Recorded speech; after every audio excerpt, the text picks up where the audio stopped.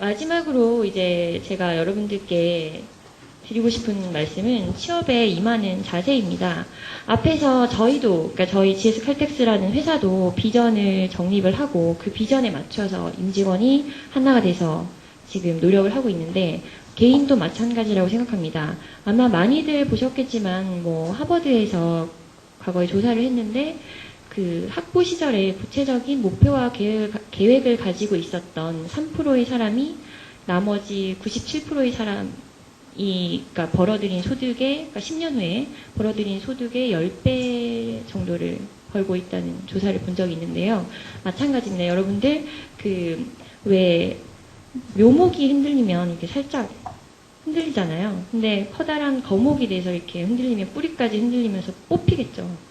그러니까 여러분들 조금이라도 더 젊을 때, 그러니까 조금이라도 더 선택의 폭이 있을 때 확실한 비전을 정립을 해서 그러니까 돌아가지 않도록 직진하실 수 있도록 비전을 정립을 하시기 바라고요. 이것도 여러 차례 아마 들으셨을 것 같은데, 누구나 지금 여러분들 주어진 물리적 시간도 한계가 있고, 또 각자의 능력도 한계가 있습니다. 그러니까 그런 일정한 능력을 가지고 그만큼 분산을 하게 되면 그만큼 그 몰입도는 떨어질 수밖에 없습니다. 그래서 비전을 정립하시고 전략적으로 판단을 해서 나는 예를 들어 이번 시즌에 이런 쪽을 취업하는데 역점을 둬야겠다라고 판단되는 분야가 있으면 그걸 선택을 하시고요. 선택을 하셨으면 괜히 후회하고 돌아보고 하지 마시고 그러니까 집중을 하시기 바랍니다. 마지막으로는 가끔 이제 그런 질문을 많이 받아요. 대학교에 가면은 저는 뭐 학점도 안 좋고 어학 성적도 없고 뭐 어쩌고 저쩌고 이렇게 해서 이럴 것 같은데 저는 어떻게 해야 될까요? 그러면 참 제가 할 말이 없습니다. 예를 들어 저는 학점이 좋지 않지만 저는 그만큼 이런 다양한 경험을 했습니다. 혹시 이런 부분을 활용을 해서 내가 취업을 잘 할 수 있는 방법은 없을까요? 라고 질문을 하시는 거랑 저는 뭐 이런 문제가 있고 저는 이게 잘못돼 있고 뭐 그런 말씀만 하시는 분들이 있어요. 그래서 그런 사람은 출발부터 다르다고 생각을 합니다. 그래서 여러분들이 지금 현재 가지고 있는 단점이나 제약 조건보다는 여러분들의 가능성과 장점에 포커스를 하셨으면 하는 바람이 있습니다. 말씀드린 내용 관련해서 질문 받겠습니다. 하반기 채용은 지금 제 예정으로는 9월 2일이나 3일 정도에 모집 공고를 오픈할 예정입니다. 아마 다른 대기업들도 다 그 주에 많이들 오픈을 하는 것으로 알고 있으니까 그때부터 많이 관심들 가지시기 바랍니다. 채용 인원 같은 경우에는 저희가 그 전년과 유사한 수준이 아닐까라고 지금 판단은 되는데 아직까지 저희가 말씀드렸다시피 저희는 한 명 한 명 선발하는데 모두 회장님의 승인이 필요하기 때문에 그 회장님께 보고를 드리기 전입니다. 그래서 제가 확정적으로 말씀을 드리기는 힘들고 작년 수준 정도로 예상하고 있습니다.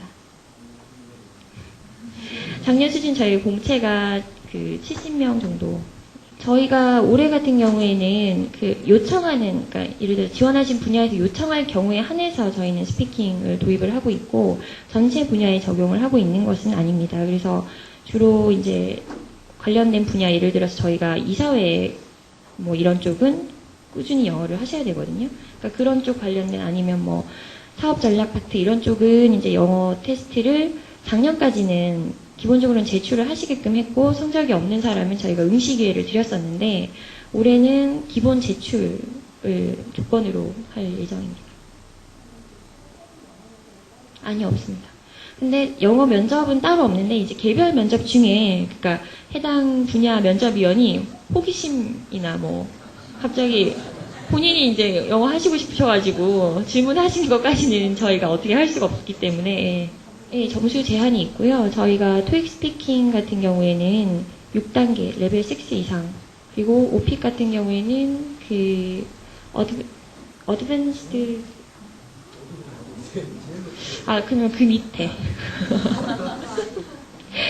그러니까 오픽, 그러니까 두 개 다 제한이 있고요. 토익 스피킹 레벨 6에 상응하는 수준으로 제한을 할 예정입니다. 보는 평가를 하게 되는 면접위원회 관점에 따라서 좀 차이가 날 수 있는데 올해 같은 경우는 좀 예년과 달리 상반기, 작년 하반기도 그렇고 워낙 뽑는 회사들이 적었기 때문에 예년보다는 더 그 부분이 상쇄가 되지 않을까라는 생각을 합니다. 제 개인적인 소견으로는. 그 석사, 그러니까 석박사 같은 경우에는 채용 절차 자체가 조금 다르게 됩니다. 그러니까 전문가 그룹이기 때문에 지금 뭐 이런 것들, 기본적으로 이런 면접들이 진행이 되겠지만 그보다 이제 본인 논문이 있으시잖아요. 논문 발표도 따로 하셔야 되고 그 전문성에 대한 면접이 보다 심층적으로 이루어지게 됩니다. 특별히 요구하는 자세는 저희는 어느 분야에 따라서 요구하는 자질이 있다기보다는 아까 말씀드린 그러니까 저희 그 전체 에너지 리더십 모델을 기준으로 인재를 선발을 하게 됩니다. 그래서 기본 자질과 관련해서는 전사 공통이라고 보시면 되겠고요. 아무래도 지원 분야별로 이제 요즘은 전공 제한이 있기 때문에 본인이 해당 그 전공만 미트 하신다면은 특별히 그 분야만 요구하는 역량은 따로, 예. 네, 지금 저희 같은 경우에 말씀하신 EMP 자원개발 말씀하시는 거 맞나요?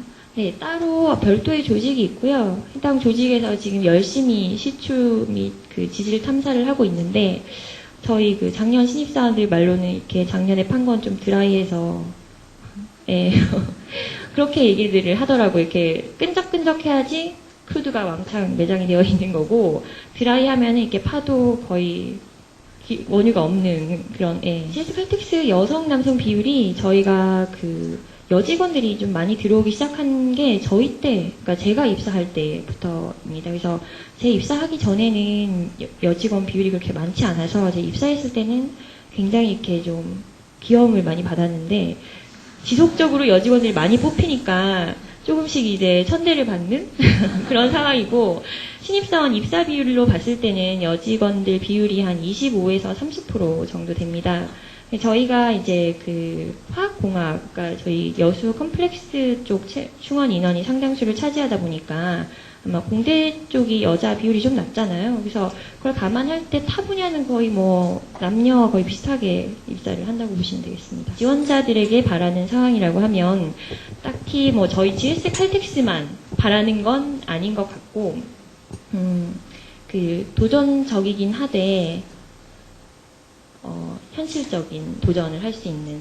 그러니까 신입사원들에게 기대하는 것은 뭐 좀 완성도 높은 어떤 프로젝트안 뭐 이런 게 아니라 신입사원이기 때문에 우리는 당연하다고 생각했던 것들을 다른 각도에서 볼 수 있거든요. 그래서 그런 부분들에 대한 끊임없는 아이디어 제안, 그리고 저희 회사는 그것 자체는 열려 있어요. 그러니까 본인이 트라이를 해서 억셉트가 되지 않을 수는 있겠지만 얼마든지 본인 그 의견을 개진을 할 수 있거든요. 그래서 그런 부분들에 대해서 주로 많이 기대를 하는 것 같고 좀 도전적이긴 하되 무모하진 않은 그런 신입사원이면 좋을 것 같습니다. 트레이딩이 지금 싱가포르나 런던에서 이루어지고 있기 때문에 싱가포르, 런던 쪽에서 원유 트레이딩이 있고 중국 쪽이 아시겠지만 요즘 거의 뭐 석유 소비량이 장난이 아닙니다. 저희 같은 경우에도 작년에 생산량의 절반 정도를 수출을 했었거든요. 그래서 중국 쪽 사업을 지금 확대를 하고 있고요. 그리고 이제 아무래도 저희 회사는 지금 정유사 중에서도 그 정제 공정, 그러니까 운영과 관련해서는 좀 인정을 받고 있습니다. 그래서 오만 쪽에서 이제 국영 정유사를 저희 회사에서 감독자들을 파견해 달라는 요청이 있어서 저희 쪽 그 직원들이 그쪽에 관리자로 지금 지원으로 계십니다. 제2 외국어 같은 경우에는 그러니까 지원한 분야에서 그 예를 들어서 뭐 저희 같은 경우에 뭐 중국어 가능자 우대, 뭐 일본어 가능자 우대 이런 식으로 공고 자체에 우대 조항으로 나간 경우가 있습니다. 그래서 그럴 경우에는 이제 제2 외국어를 할 수 있다는 사실 자체가 커다란 메리트가 될 것 같고 그게 아니면 이제 기본적으로는 뭐 크게 그러니까 뭐 물론 가산점이 될 수는 있겠지만 대세를 뒤바꿀 만한 그런 건 아니지 않나요?